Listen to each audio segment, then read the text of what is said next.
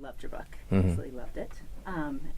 How would you describe it to like a stranger on the plane? Wow, I've been thinking that I would have to answer this question for a long time because it's so hard to describe this book. And when I first talked to my editor, Julie Strauss-Gable, about the book, I told her, we had a very long phone conversation, and I told her, I said, Julie, I think this book is going to be impossible for you to write flap copy on because it's about everything.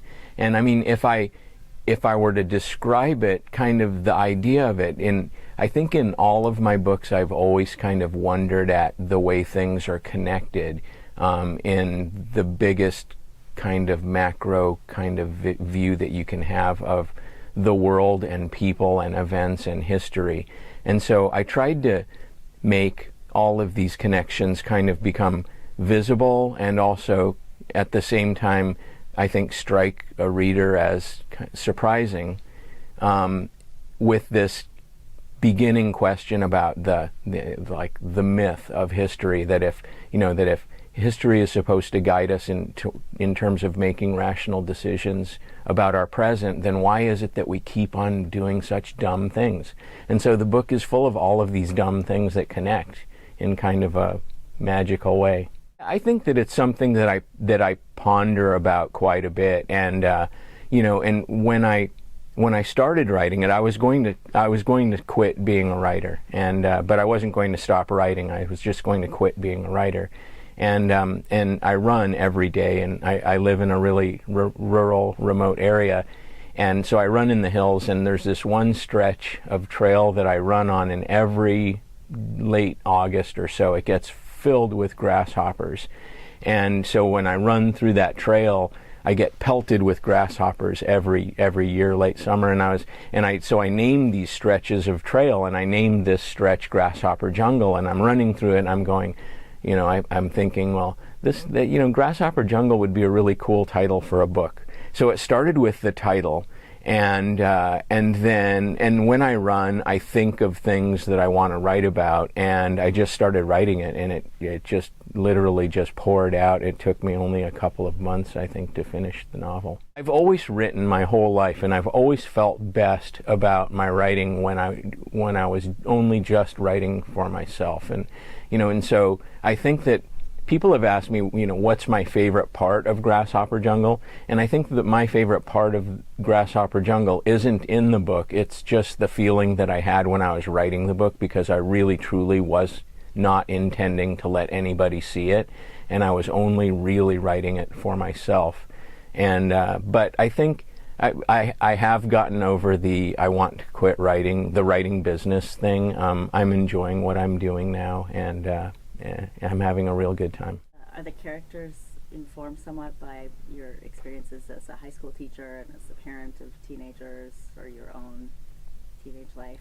Yeah, I think all of my characters in all of my books are either part of me or they're part of people that I've known and have been close to, and I think that the kind of the incarnation of my characters as being part of reality is something that helps me as a writer. There's nobody in any of my books that are exact photocopies of anybody that I know in reality, but they're definitely shaped by the people that I know and the relationships that I've had. I don't outline, and I don't plan ahead when I'm writing, and so when things would come up and I would just kind of maybe paint myself into a corner by all of a sudden this thing happens or this thing comes up in the book, then I would start to research, and sometimes I would find the most amazing things, because I would be right in the assumptions that I'd made about the way things were, or the events that had happened in history, and those things kind of connected too. There was one time when I was writing it, just for no reason, a peacock landed on my roof, on the roof of my office, and I mentioned peacocks in there a couple of times just because there was a peacock on my roof one day, and I was telling my agent about it, and he couldn't believe it, and I said, yeah, I even went out and took pictures of this gigantic peacock that just landed on my roof for no reason. Has this been one of the more satisfying books for you to write? Yeah, it's definitely. I mean, people often ask me what's your favorite book, and yeah, it's always a hard thing to say, or it has been up until this point. But Grasshopper Jungle is really my favorite book that I've written. I actually read it on the plane yesterday. I started reading parts of it, and this is kind of weird, but I laugh still at some parts of it. I think they're still really funny, and they make me laugh. They might not make other people laugh, but there are parts that I find to be very funny. And the reaction that I'm getting from people in other countries has been really, really gratifying and it's kind of surprising too, because I thought people would think that I'm just insane. I sent it to my son after I wrote it, and because my son went away to college, and it was really hard for me because we're really close, and I really missed him a lot. And when he was maybe in his second semester there, right around the time when I finished this, which was in fall, he sent me an email and he said, "Dad, do you have anything that you've written? Because I really want to read something that you've written." And I thought, maybe he was missing me and I was missing him. And so I told him, I said, "Well, son, I wrote this book and it's really, really crazy, and I'll send it to you if you want, but you have to tell me if you think I need to go see a therapist." And so he read it in one day, and then he sent me an email, and he told me that he thought it was probably one of the best things he had ever read. He said, not just the best thing that you've written, Dad. He said, it's probably one of the best things I've ever read. A couple of comparisons, a couple of reviewers have said that this book has sort of a Vonnegut tone to it. Were you channeling Vonnegut when you wrote it? Well, I love Kurt Vonnegut, and I love the stuff that he's done. One of my favorite books ever is Breakfast of Champions. And I love his style and his rhythm and his subversive sense of humor. And so I think that Vonnegut played a big influence on my writing of Grasshopper Jungle. His sense of humor and his willingness to take a risk at looking at certain things that we assume to be such core parts of the American spirit, I guess.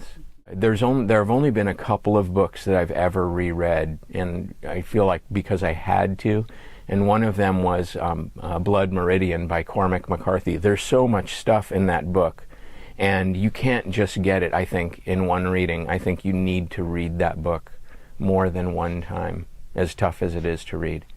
I was talking earlier this morning about how I thought that through my first 5 books I had somehow magically discovered the formula for invisibility. And since Winger came out last May, and then now with Grasshopper Jungle, I'm getting these messages from people, emails and other messages on social media, and people are asking me things like, "Have you written other books besides these?" And then so yeah, my backlist is picking up, I guess. Pleasure to meet you. Thank you. It was my pleasure.